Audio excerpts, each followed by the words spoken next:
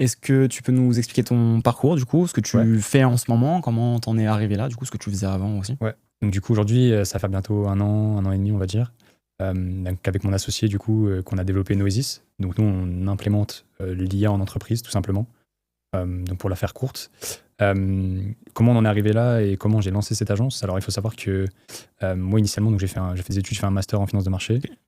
Et j'ai toujours eu un petit peu cette âme entrepreneuriale, si tu veux, mais jamais vraiment su.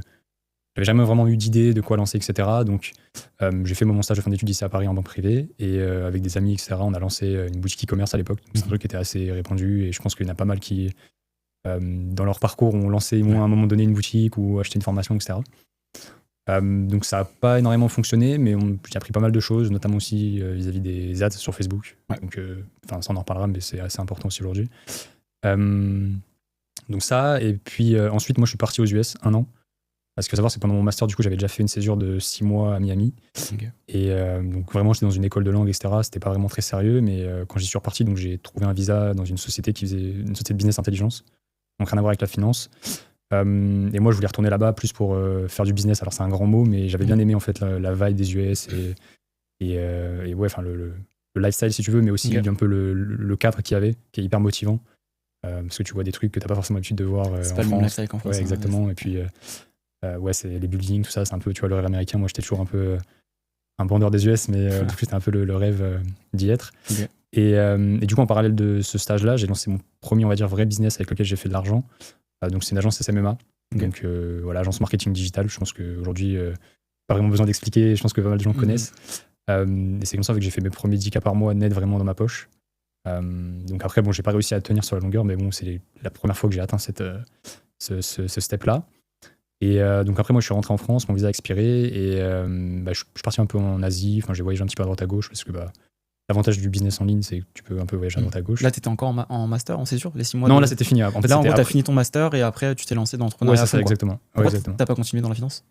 C'est une bonne question. Enfin, moi, j'avais toujours un peu, pas idolâtré, mais j'avais toujours trouvé ça un peu, tu vois, sexy. Tu vois, on a un peu la vision, le Wall Street, etc. Et je m'intéressais beaucoup. Tu vois, j'allais un peu, à l'époque, j'allais sur les graphes, etc. J'avais un peu fait de crypto, tu vois, tu t'imagines un peu être un trader, tu vois. Mais donc, du coup, j'étais en stage d'asset management, tu vois. Okay. Et donc, du coup, c'était un bon stage en soi. J'étais en front office, pour ceux qui font de la finance, ils reconnaîtront. Et donc, du coup, j'étais avec des équipes qui gèrent vraiment, tu vois, les portefeuilles, tu vois, des clients de la banque. Et je trouvais ça cool, mais tu vois, c'est un bureau, c'est un taf très... t'es au bureau tous les jours, tu vois, t'es derrière un Excel, t'es derrière des graphes. Ouais, exactement. En fait, je voyais des gens qui étaient dans mon équipe, qui avaient, tu vois, 40 ans, 50 ans, et qui se plaignaient un peu, tu vois, de cette routine et de cette vie, et qui parlaient des fois un peu avec des regrets, tu vois. Et ça m'a un peu fait tilt, et je me suis dit, ok, c'est un peu, entre guillemets, une voie qu'on met beaucoup en avant, parce que même vis-à-vis des écoles de commerce, etc., tu vois, on met beaucoup en avant ce parcours-là vers la finance ou vers le conseil, etc. Et au final, quand tu y es, et que t'es dans un bon stage, et que tu vois un peu la vie entreprise commencer, ouais, bof, tu vois. Et en plus, comme j'avais été aux US en amont, j'avais ce décalage de, ok, tu vois Miami, les buildings, tu vois des Lambeaux tous les jours, etc. Et là, t'es à Paris, ok, et t'as les gens un peu grincheux autour de toi, et tu te dis, putain, merde, c'est ce qui m'attend dans les 40 prochaines années. Et là, tu te dis, ok. Et c'est un peu ça, en fait, après, qui fait que, même si j'ai continué après à être en stage aussi, je me suis dit, ok, il faut que je tente des choses et que j'entreprenne, quoi, tout simplement. Voilà. Donc, t'as démarré e-commerce. Ouais. Après, agence SMA, t'as fait tes 10K par mois. C'est ça. Net poche. Ouais. Et après, qu'est-ce qui s'est passé? Et après, ce qui s'est passé, c'est que déjà, l'agence MMA, ça fonctionnait moins bien. Enfin, j'ai pas réussi, tu vois, à maintenir ce rythme-là. Okay. Et en parallèle, je commençais vraiment beaucoup à m'intéresser à l'IA. Mais je pense que de manière générale, depuis 2023, je pense que ChatGPT est sorti, tu vois, c'est sur une pente ascendante et beaucoup de gens en parlent. Et moi, je me suis intéressé naturellement. Je voyais commencer à voir des gens faire du contenu dessus. Et naturellement, en fait, je me suis dit, pourquoi pas pivoter, tu vois, le business model, et au lieu de proposer du marketing, soit proposer les deux, du marketing et de l'IA, ou proposer directement de l'IA. Et en fait, il se trouve que un été, donc c'était été 2020, je sais même plus exactement, mais je recroise du coup un ami à moi, un ami d'enfance, tu vois, qui est aujourd'hui du coup mon associé. Et lui, il a une formation d'ingénieur, il a un peu plus, on va dire, d'appétence sur ces aspects techniques-là que moi, mais du coup, on se dit, il s'intéressait aussi à ça, on en parle, on se dit, pourquoi pas, tu vois, s'associer et allier nos forces. Et c'est quoi vos forces du coup? Parce que là, du coup, alors pour qu'on comprenne bien, t'as ton agence, vous êtes deux. Ouais. Est-ce qu'il y a quelqu'un qui est un peu plus du coup tech pour délivrer les projets dans les entreprises? Toi, qu'est-ce que tu fais? Est-ce qu'on peut du coup en savoir un peu plus sur ça? Et surtout, qu'est-ce que vous délivrez aux entreprises? Clairement. Alors du coup, au début, on se dit, on va faire on va tous les deux avoir un peu la casquette multifonction. Donc, tu vois, au début, sur les premiers projets, moi aussi, je l'aide aussi, tu vois. Donc, nous, on fait beaucoup de no-code, NVTen, etc. Donc, je me forme aussi, tu vois, il faut que je comprenne aussi ce que je fais. Et aussi, j'avais le projet, tu vois, de faire du contenu. Donc, je me suis dit, je vois beaucoup de gens faire du contenu sur NVTen, il faut que je me mette à la page. Et donc, typiquement, au début, on fait ça tous les deux. Et concrètement, on recherche en fait chacun dans nos réseaux mutuellement. Si on ne connaîtrait pas des gens qui ont une entreprise ou, tu vois, ou à qui on pourrait leur proposer quelque chose, tu vois. Et en fait, finalement, lui, il a fait un parcours, donc un master en ingénierie, mais du coup, orienté génie civil. D'accord. Et du coup, il a fait d'audit financier à KPMG, mais dans la branche et dans la filière des boîtes génie civil. Et il a fait après conducteur de travaux dans une boîte, tu vois, assez niché. Et donc, en fait, comme il a des connaissances dans le BTP, même de par sa famille, et moi aussi, du coup, j'ai un membre de la famille qui a une société de BTP, on se dit, OK, allons dans cette niche-là, parce qu'on va pouvoir potentiellement voir nos premiers clients, même s'ils sont gratuits. Et puis, ça nous permettra de nous faire la main et on va potentiellement aussi réussir à parler leur jargon, donc ce sera plus simple. Donc, au début, c'est comme ça que ça se passe. Et notre premier client, typiquement, on l'a comme ça. Okay. Donc, c'est une connaissance de ma famille, du coup. Tu leur vends quoi? Alors, du coup, nous, on leur vend quoi? Typiquement, en fait, comme on les connaît bien, du coup, moi, c'est un membre de ma famille, du coup, on va le voir, on lui dit typiquement, c'est quoi ta journée type? Qu'est-ce que tu fais? Je sais que tu lui as fait un audit en fait. Ouais, voilà, en gros, je lui ai fait un audit sans lui dire vraiment avant l'heure, tu vois. En gros, je lui fais un audit, voilà, pour résumer. Et typiquement, ça va être du tri d'email, l'automatisation d'email. Je sais que sa secrétaire aussi, elle passe beaucoup de temps sur les relances, suivi de factures, etc. Donc, on va aussi se pencher sur tout ce qui est OCR, si tu veux. Donc, extraction de données, et puis après, les réimplémenter dans un Excel et faire en sorte que toute cette chaîne-là s'automatise. Donc, globalement, c'est ça qu'on lui vend. Donc, tri d'email, extraction de données des factures, et aussi lui permettre d'avoir un suivi clair de ses chantiers. Donc tu vois, il reçoit beaucoup de factures, soit de fournisseurs, ou lui après il envoie des devis ou des factures, que tout en fait soit classifié par chantier et qu'il puisse avoir une vue un peu plus claire, tu vois, de ce qu'il fait. Parce que je fais une petite pirouette, mais typiquement, on sait qu'il y a beaucoup de sociétés dans le bâtiment qui font encore un peu à l'instinct ou qui n'ont pas vraiment de suivi. Et donc du coup on s'était dit c'est une bonne idée, et voilà, que c'est pas comme ça, c'est parti, quoi. Ouais, t'analyses d'abord le marché, tu te rends compte d'où sont les besoins et après t'attaques, quoi. C'est ça, exactement, et après ça peut te permettre d'aller dans une niche ou pas. Mais bon, spoiler, du coup, on n'a pas continué dans cette niche. Mais voilà. Justement, parlons-en. Ça fait 1 an, du coup, que tu as lancé l'agence, à peu près? Ouais, un peu plus, ouais, à peu près. En gros, moi, je commençais déjà aussi à proposer de l'IA, du coup, avec mon agence SMMA. Et j'ai continué, en fait, si tu veux, en parallèle de l'agence IA, mon agence SMMA, jusqu'au jour où ça a commencé à bien fonctionner. Je me suis dit, OK, je drop ça et je me mets vraiment à 100%. Ok, intéressant. Qu'est-ce qui s'est passé du coup pendant 1 an et demi depuis le démarrage jusqu'à aujourd'hui? Est-ce que tu as eu des périodes où au début c'était un petit peu plus difficile de faire de l'acquisition? Quel chiffre tu as fait du coup par période, si tu peux nous parler de ça? Ouais, clairement. Donc concrètement au début, comme je t'ai dit, du coup le premier client on l'a fait gratuitement. Donc l'idée pour nous c'était déjà de proposer, de livrer un projet, une solution qui fonctionne et tu vois sans avoir forcément trop la pression du début où tu fais payer, mais bon comme tu te fais un peu la main c'est un peu compliqué. Donc ça c'est dès les 2 premières semaines finalement, comme on connaissait la personne, on a réussi à avoir ce premier client, donc c'était une bonne chose. On s'est dit ok c'est bien, au bout de 2 semaines on a déjà notre premier client. Et après niveau de l'acquisition, on a fait un peu je pense que tout le monde fait, donc on a fait de l'emailing. Donc typiquement nous comme on ciblait au début cette niche des artisans, on s'est dit on va aller scraper du lead, enfin des contacts et des emails en ligne, et puis on va essayer d'envoyer des campagnes. Donc on est parti sur Instantly à faire du volume tous les jours, et ça fonctionnait pas vraiment bien, tu vois. Donc on a eu un peu une période de doute au début. On s'est dit ok comment on va faire finalement pour avoir nos clients, et puis au final finalement petit à petit à force de persévérance on a eu nos 2e puis 3e clients. D'ici combien de temps à peu près du moment où t'as... Ouais, donc pour resituer, je crois que c'était après au moins 1 mois et demi, je pense. Donc on va dire que au bout de 2 semaines on a notre premier client. Après on continue à faire de la prospection, à faire des emails, etc., même à envoyer des messages, à continuer à sonder notre entourage, et là du coup on a notre 2e client. Et donc là en fait c'est une société, en fait c'est pas vraiment du BTP, mais ils installent en fait si tu veux des bungalows. Et ils ont un besoin au niveau des agents vocaux en fait, et tu vas voir que ça, je t'expliquerai un peu pour la suite pourquoi après on a switché sur les agents vocaux. Mais donc du coup lui il reçoit beaucoup d'appels parce qu'il y a de la publicité en ligne, il reçoit beaucoup d'appels, il y a des gens qui vont sur son site, qui remplissent des formulaires, et comme il a plusieurs business aussi en même temps, il n'arrive pas trop à gérer. Et donc du coup on va en fait se pencher sur les agents vocaux. Je crois à l'époque, en France c'est pas un sujet qui est encore trop... Aux US oui. Aux US énormément, moi je voyais déjà tu vois des influenceurs faire du contenu dessus, et des mecs faire mettre en avant l'outil, etc. Et puis surtout parce que les voix anglaises c'était beaucoup plus performantes qu'en France, on va pas se cacher. Et ouais, donc typiquement c'est le premier client payant si tu veux. Je crois on lui facture 1 000 € de setup.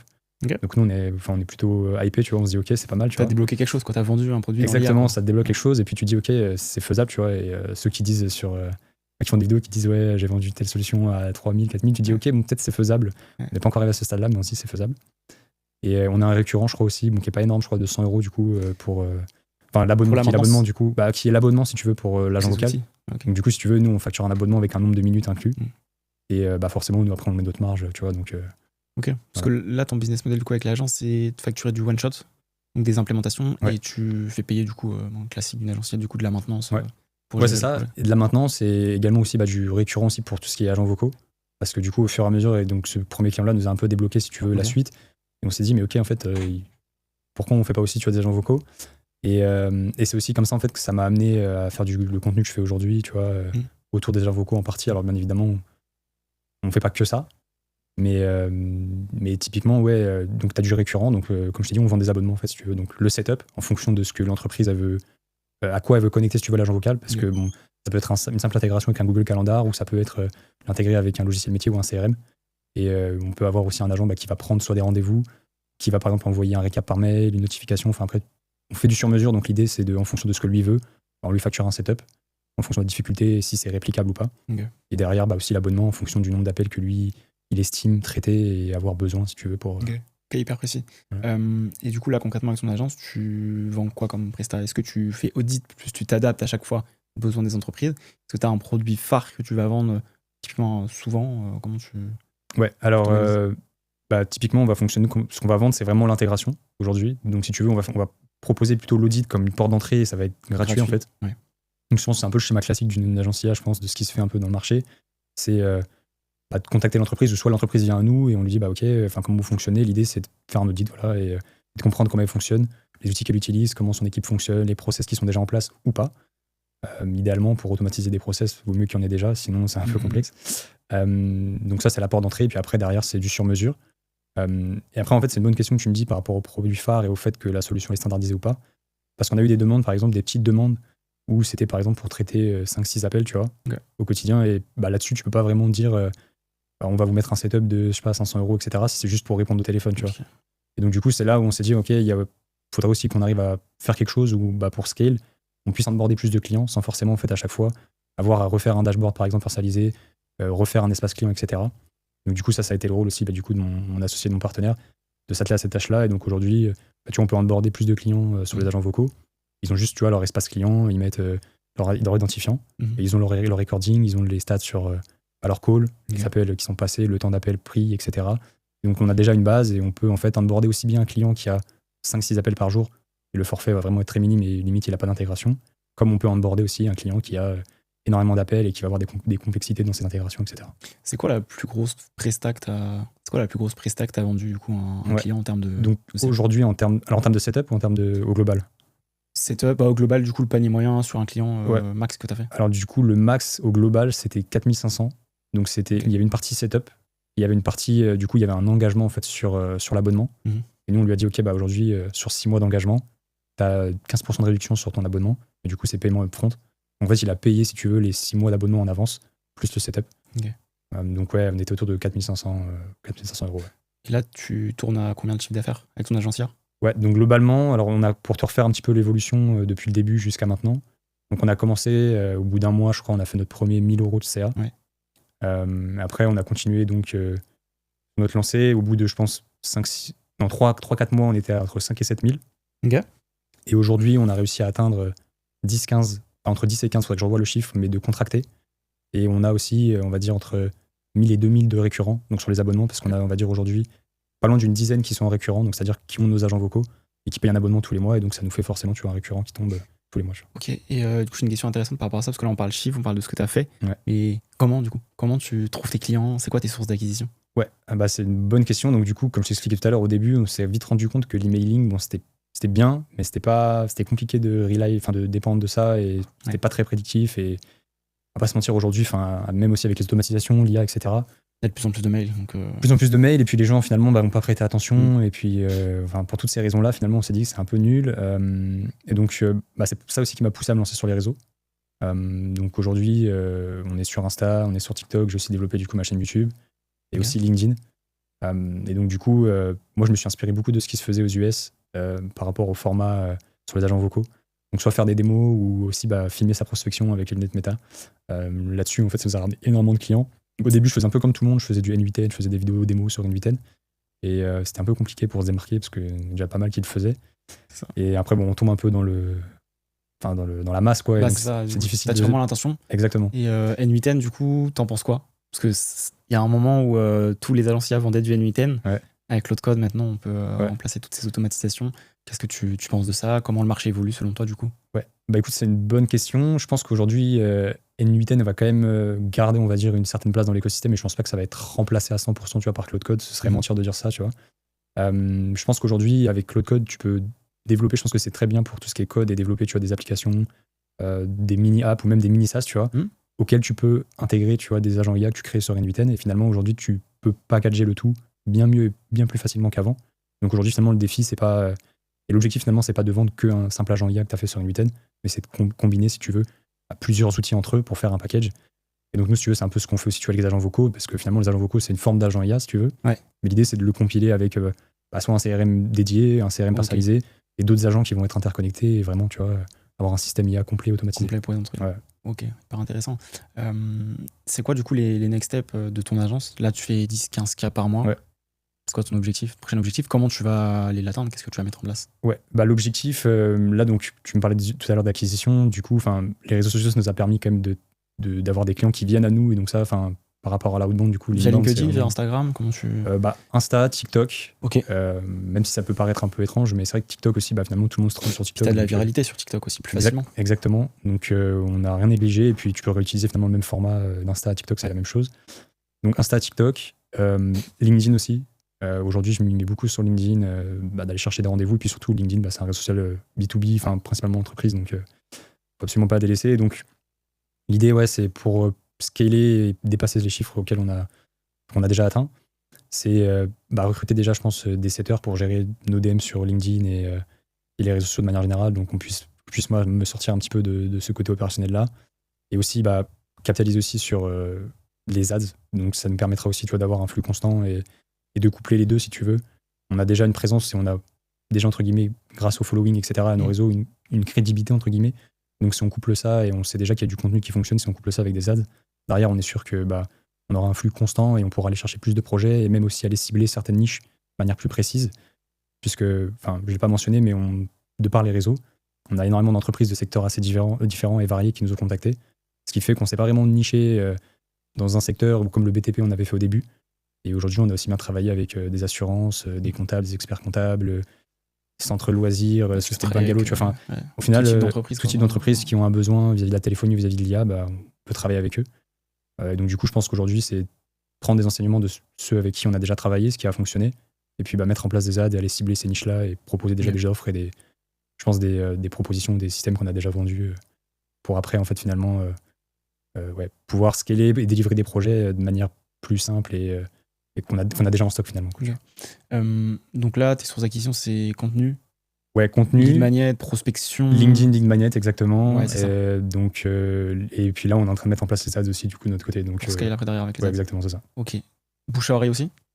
Bouche à oreille, et du coup, parmi les clients qu'on a eu, il y a des personnes qu'on bien aimé travailler avec nous, et c'est aussi tout l'enjeu, tu vois, après quand tu as des clients satisfait, du coup, un client te rapporte. Exactement, et il y en a même qui nous ont dit si je vous ramène des clients, comment ça se passe? Apport d'affaires, du coup, derrière. Et du coup, apport d'affaires, proposer une commission, et on dit ok, let's go, allons-y. Et donc là, c'est super cool parce que déjà, c'est gratifiant pour nous. On se dit ils sont contents jusqu'au point où ils veulent nous recommander, évidemment, contre une commission. Quoi.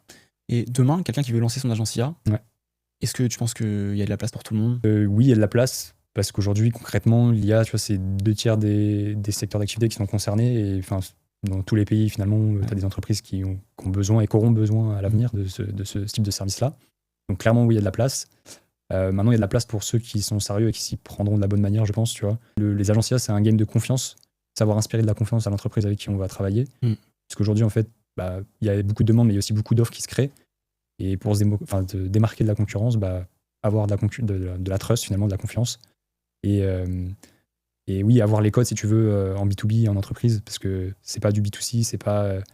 Il y a certains codes à avoir quand même, à se comporter avec un chef d'entreprise ou avec... et dès lors qu'on va taper ou discuter avec des entreprises qui sont qui sont structurées, qui sont déjà bien établies, on est sur des ETI, etc., tu vois, c'est pas un business TikTok où, tu vois, tu peux parler de manière... Tu vois, donc, il y a des gens qui vont se lancer, je pense, et qui vont se faire un peu les dents et se casser un petit peu la gueule, et vite se rendre compte que, c'est pas fait pour tout le monde, du moins, il faut avoir un certain sérieux pour le faire. Quoi. Il y a de la place pour les personnes qui le font sérieusement, Bien sûr. avec la discipline, un bon plan, des bons process. Bien sûr, et puis de la résilience aussi, qui ont une vision et qui se disent, ok, enfin, concrètement, aujourd'hui, l'IA, c'est pas un effet de mode, c'est pas une trend, c'est une tendance de fond, je pense, qui va accompagner les 5, 10, 30 prochaines années, tu vois. Donc, à partir du moment où tu pars avec cet état d'esprit-là, bah, déjà, tu es dans le bon état d'esprit et surtout, bah, y a plein d'opportunités qui vont se créer.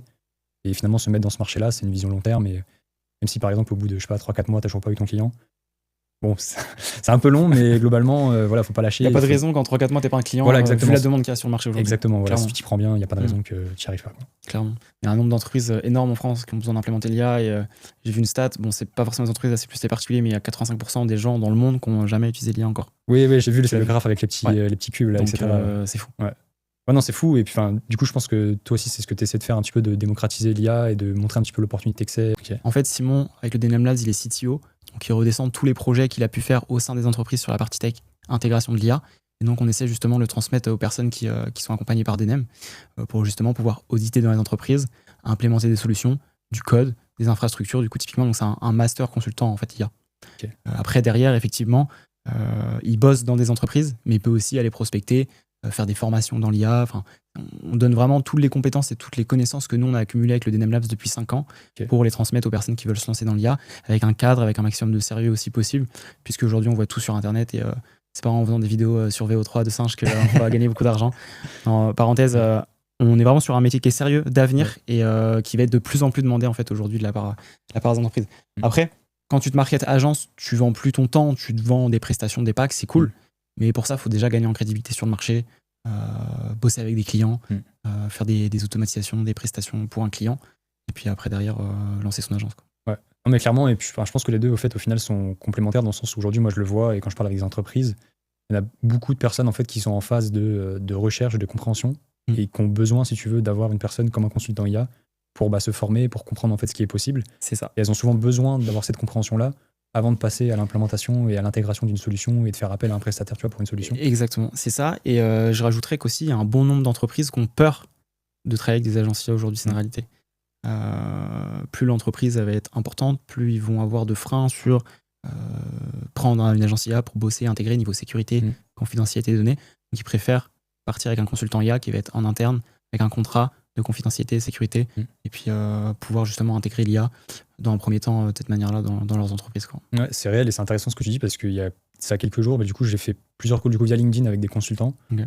Donc c'est souvent des personnes qui ont un background de consultant assez fourni, qui ont travaillé dans des cabinets tu vois, de consulting assez connus et qui aujourd'hui se reconvertissent on va dire en tant que consultant IA pour justement conseiller les entreprises. Ouais. Et je parlais avec une personne justement qui me disait qui avait travaillé dans une entreprise dans une filiale je crois d'Airbus ou autre, mais qui me disait que ils avaient étudié certaines possibilités d'intégrer l'IA et qui préféraient en fait faire appel à des consultants et après internaliser cette chose-là et ça c'est complètement logique parce qu'ils sont beaucoup plus rigides même vis-à-vis de leurs données et de leurs compétences en interne, ils n'ont pas forcément envie de confier ça à n'importe qui.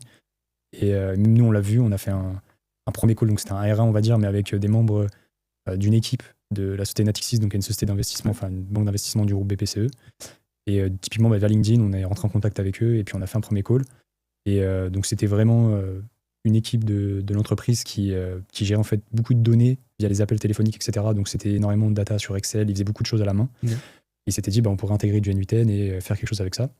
Et du coup on était rentré en discussion avec eux, mais quelques temps plus tard ils nous ont recontactés, ils nous ont dit on a apprécié l'échange, mais on a consulté notre DSI et maintenant finalement on préfère faire ça en interne et trouver une solution. Donc je pense qu'il y a beaucoup de sociétés aujourd'hui qui veulent aller vers l'IA, mais par contrainte et comme tu disais un peu par peur je pense et crainte avec qui elles vont travailler, préfèrent faire ça en interne. Ouais, c'est ça. Là clairement Simon, du coup mon associé sur Denem, il reçoit des demandes toutes les semaines pour placer des consultants IA dans leur boîte, dans des boîtes quoi. Okay. Dans des grands comptes, mais il y a personne sur le marché en fait. Il y a beaucoup de profils tech, beaucoup de profils consultants comme tu l'as dit, mais pas assez experts dans l'IA vraiment pur et dur. Et sur les offres qu'il reçoit, il y a marqué 5 ans d'expérience, mais aujourd'hui personne n'a 5 ans d'expérience en IA. Donc c'est pour dire qu'il y a une vraie place à prendre, un vrai CV à construire aussi sur le plan pro dans l'IA. Et permettre. C'est un vrai tremplin pour la suite après en tant que consultant IA. Mais c'est ça, c'est un tremplin, c'est une opportunité, il y a de la demande. Simon il est sollicité toutes les semaines, tous les consultants qu'on a nous chez Denem ils sont placés. Donc c'est une très belle opportunité pour se reconvertir, se lancer dans l'IA. Et donc du coup là concrètement, si quelqu'un il veut devenir consultant IA, qu'est-ce qu'il fait du coup? Il te contacte, comment ça se passe? C'est quoi le process derrière du coup pour rejoindre Denem? Le process, nous du coup on a un process déjà de compréhension du métier. Donc qu'est-ce que vous allez faire en tant que consultant IA, pour quelle boîte vous allez travailler, quelles sont les possibilités. d'être soit payé au TJM, de soit derrière être consultant IA mais freelance et vendre des prestations, d'audit, intégration, etc. J'ai fait une vidéo. Du coup, dans la description, vous pourrez regarder vidéo exclusive pour bien comprendre du coup le métier de consultant IA, comment vous allez pouvoir vous lancer aussi du coup à nos côtés. Voilà, vous avez juste à rentrer vos coordonnées, vous aurez accès à la vidéo et puis après vous pourrez voir si c'est quelque chose qui vous intéresse. Redescendre toute la connaissance qu'on a nous accumulée avec Simon et les différents consultants qu'on a en interne sur le marché. Et on forme du coup les personnes au métier de consultant. Et donc du coup après vous les aidez aussi à trouver du coup des prestations selon s'ils veulent se lancer soit en freelance, du coup c'est eux qui cherchent leur prestat, et sinon c'est Denem qui fournit des prestats, enfin des Ouais, il y a les deux options, parce qu'en fait, nous, on est sollicité. Donc demain, si la personne elle se lance en tant que consultant IA à nos côtés, qu'on est sollicité, qu'on a une proposition de mission, on a tout intérêt, nous, à bien former cette personne-là, à la placer en entreprise. Maintenant, on donne toutes les cartes en main aussi niveau acquisition, niveau branding sur les réseaux sociaux, création de contenu, être bien présent au bon endroit pour être sollicité aussi en tant que consultant IA. Donc, on donne vraiment tout le package complet pour permettre aux gens qui nous rejoignent de se lancer et être 100% autonome. Après, ils font toujours partie du groupe Denem. C'est-à-dire que nous, on donne la marque Denem un petit peu comme un réseau de franchisés. Où aujourd'hui, les personnes qui nous rejoignent, elles appartiennent à Denem et elles peuvent utiliser après derrière nos boîtes, nos marques, tout ce qu'on a fait aussi en interne. Ce qui fait gagner énormément de temps et de crédibilité sur le marché aussi, quoi. Ok. Et tu disais tout à l'heure, quand on discutait, je crois en off, tu me disais aussi que du coup après, tu donnais la possibilité aussi aux gens qui avaient rejoint Denem et qui du coup étaient devenus consultants, à partir d'un certain step, pouvaient aussi du coup se lancer en tant qu'agence. Oui, c'est ça? Oui, tout à fait. Alors ça, c'est réservé aux personnes qui vont chercher les 10 000 € en tant que consultant IA. Pas avant. On part du principe qu'on veut des personnes qui soient vraiment formées à fond sur la partie compréhension IA, tech, qui ont vraiment des résultats. Donc nous, on donne vraiment tout le jus de cerveau et toutes les cartes en main aux personnes qui nous rejoignent pour atteindre les 10 000 €. Une fois qu'ils ont atteint les 10 000 € de revenus et qui veulent passer à l'étape supérieure, passer justement à plutôt vendre des tickets plutôt que vendre son temps, là on peut passer à une autre partie du coup de l'accompagnement qui est de lancer son agence IA, ça étape par étape, quoi. Ok. Et concrètement, du coup, pour donner un petit peu une idée aux gens qui nous écoutent, pour atteindre les 10 000 € aujourd'hui, ça prendrait combien de temps concrètement d'un point de vue réaliste en tant que consultant du coup? Ça dépend. Ça dépend de l'investissement de chacun. En réalité, aujourd'hui, sur les demandes qu'il y a sur le marché, l'intégration qui peut être faite au sein des entreprises, je peux pas dire en 1 mois, en 2 mois, en 3 mois, parce qu'en fait, c'est au cas par cas, finalement. Voilà, c'est un petit peu au cas par cas. Maintenant, ce qu'on sait, c'est qu'aujourd'hui, les personnes que nous, on a accompagnées avec Denem Labs, elles sont toutes en mission. On a Amir qui est dans une grosse boîte d'assurance, du coup, qui génère plus de 15 000 € par mois en total, du coup, en totalité sur sa mission. Donc, avec une seule mission, du coup. Avec une seule mission, voilà, au TJM. Donc, il a comme responsabilité d'intégrer l'IA dans l'entreprise, du coup, et de construire des process, construire des automatisations, du coup, former les salariés et répondre aux problématiques pour lesquelles la compagnie l'a contacté, tout simplement. Donc, après, j'ai pas d'échéance, mais sous 90 jours, en tout cas, la personne, elle est formée complètement sur le métier de consultant IA, elle peut avoir ses premiers clients déjà. Donc même si elle fait pas 10 cas par mois, en vrai, avec le taux, le TGM du coup, le taux journalier moyen, c'est ça. En fait, il bien, quoi. Ouais, il y a tellement de demandes sur le marché aujourd'hui, il y a une pénurie de profils bien formés à l'IA. Ouais, c'est réel. Et nous, Denem Labs, ça fait 5 ans qu'on existe sur le marché. On a des consultants qui sont tous en mission. On n'a pas une personne qui est laissée comme ça sur le carreau. Après, évidemment, aujourd'hui, moi, je vends pas de rêve. On vend une solution, on vend une stratégie qui fonctionne, qui est éprouvée, mais il faut travailler. Là, en ce moment, du coup, Simon, qui est CTO de Denem, il est en train de développer un SaaS. Donc, il a pris des parts, il est associé du coup sur le SaaS, qui est Loops. Donc, c'est un SaaS du coup de créa pour les commerçants, en fait, tout simplement, via l'IA. Donc, ça crée des top visuels, des top créatives pour les commerçants. Donc concrètement, ça veut dire que ça va créer finalement les visuels pour la boutique pour les ads, en fait, à destination des ads, donc full conversion. En fait, ils vendent de l'argent parce qu'aujourd'hui, ce qui convertit dans la publicité en ligne, c'est les créas. Et en fait, ils sont en train de remplacer le métier de créatif stratégiste et ils le font très très bien. Ils sont en train de lever des fonds. J'ai fait une vidéo, du coup, vous pouvez retrouver sur ma chaîne YouTube Axel Denem, 24 heures dans la vie d'un CTO. Donc avec Simon, et je partage du coup le quotidien de ce SaaS là. Donc vous pourrez regarder du coup la journée avec Simon et le développement du coup de Loops. Mais ouais, ils du coup lui concrètement, excuse-moi je te coupe, du coup lui concrètement c'est quoi son rôle du coup dans le SaaS concrètement, ce qu'il fait? Il est CTO. Ok, donc il s'occupe vraiment de la partie développement. Exactement. Il pilote aussi les équipes réseau, parce que du coup il a un gros réseau et il fait son rôle de CTO, quoi. Hier j'étais avec lui, il a fait 8 rendez-vous je crois dans la journée. Il a fait le rendez-vous avec un mec qui s'appelle Thomas, du coup qui a été sollicité par Anthropic, qui bosse à San Francisco. Il a été sollicité par Anthropic pour bosser avec eux et il a refusé pour se concentrer sur son business, qui est d'accompagner les SaaS. Voilà. Donc, il est vraiment focus sur les rendez-vous, gestion, CTO. Il a tout un réseau qui met au profit de ce SaaS-là, quoi. Et du coup, Loops, concrètement, c'est quoi? C'est un abonnement qui est vendu? Comment ça se passe auprès de... Je crois que c'est des crédits. Ok, donc c'est des crédits et donc en fonction de ce qu'ils veulent faire, etc. Ils achètent des crédits sur la plateforme et après ils créent leurs ads, etc. Ouais, c'est ça. Okay. Parce que toi, du coup, t'es dans ce train-là aussi des SaaS? Bah écoute, j'ai une opportunité qui est venue à moi, si tu veux, et aujourd'hui, moi, je suis plus dans la partie du coup grosse acquisition d'un SaaS qui s'appelle Workforce AI.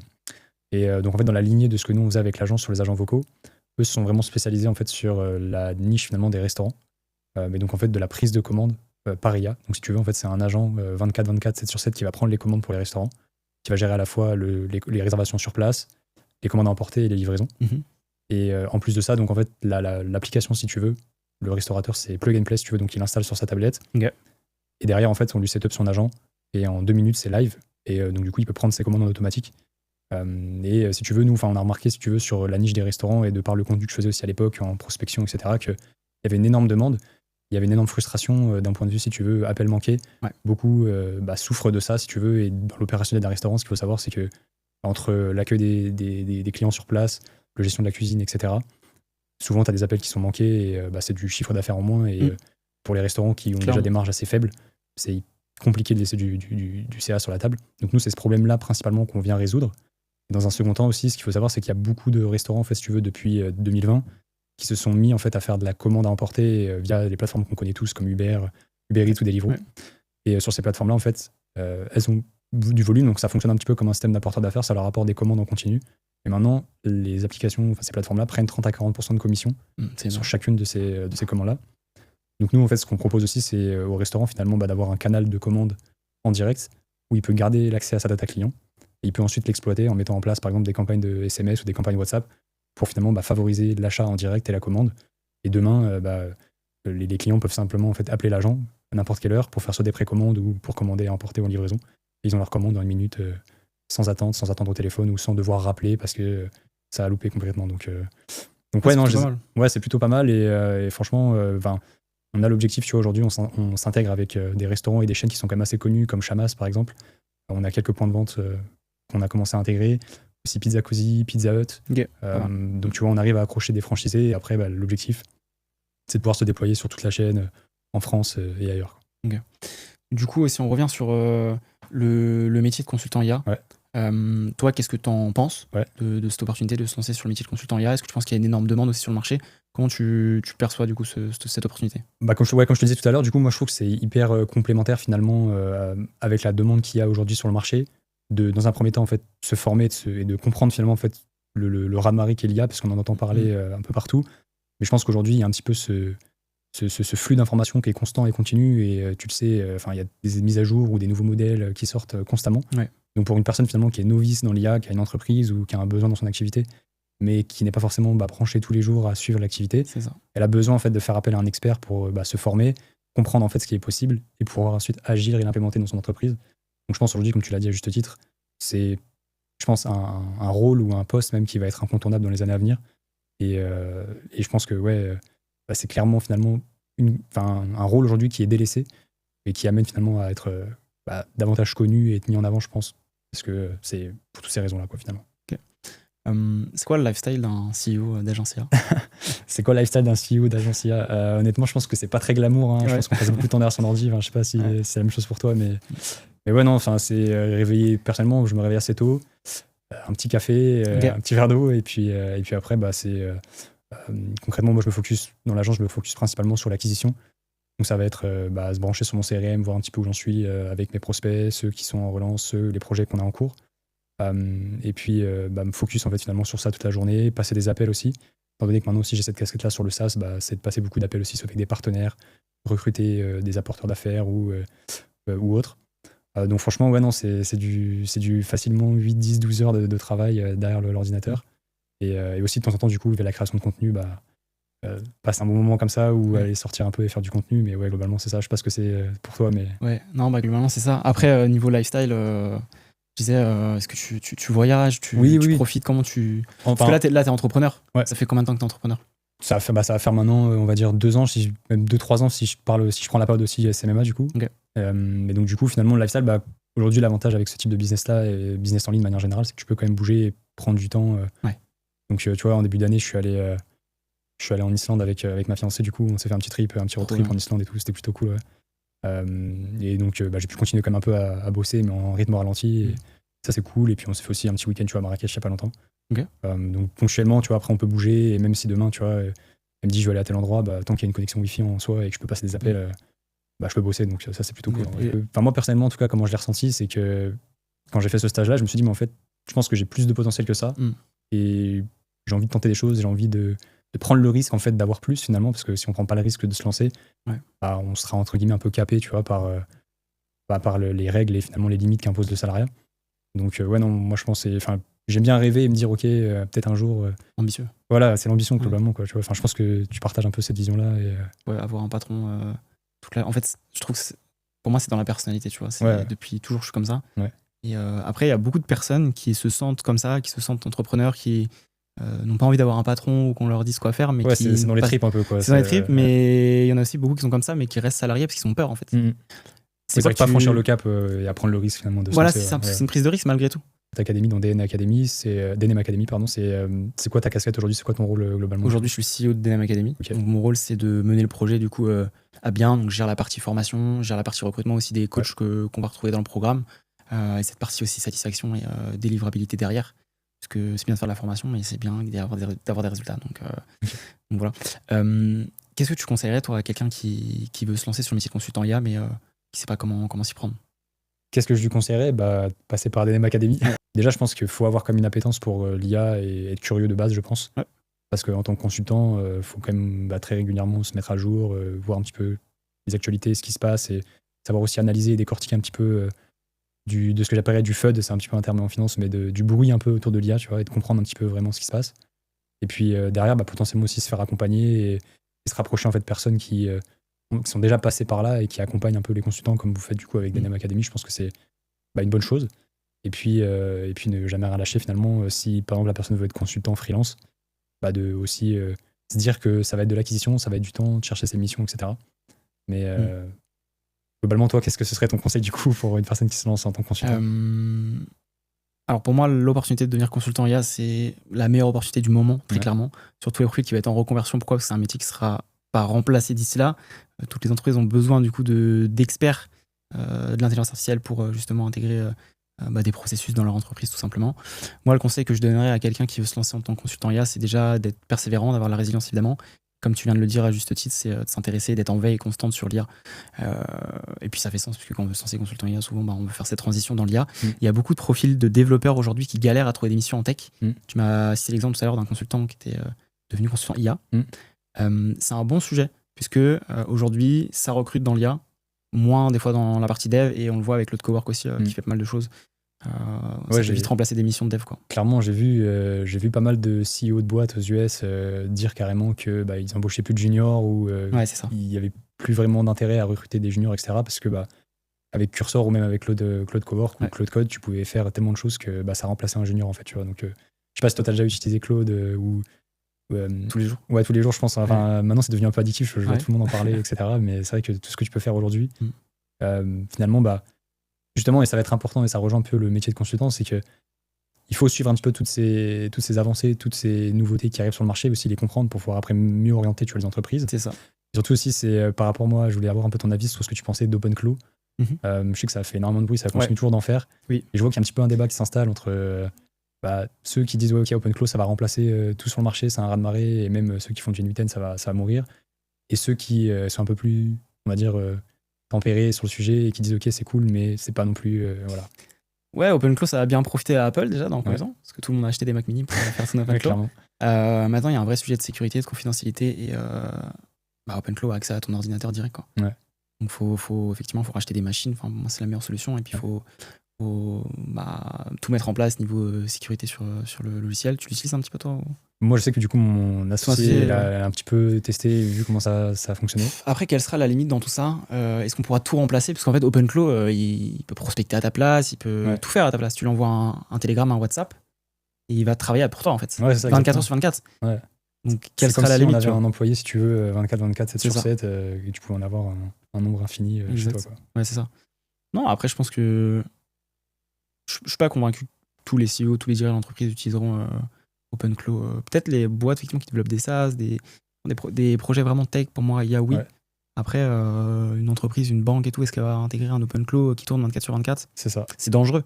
Surtout, ce qui est intéressant, c'est que du coup, tu peux le programmer, en fait, de ce que j'ai compris, de ce que j'ai vu, tu peux le programmer pour certaines tâches et lui dire certaines choses. Ouais.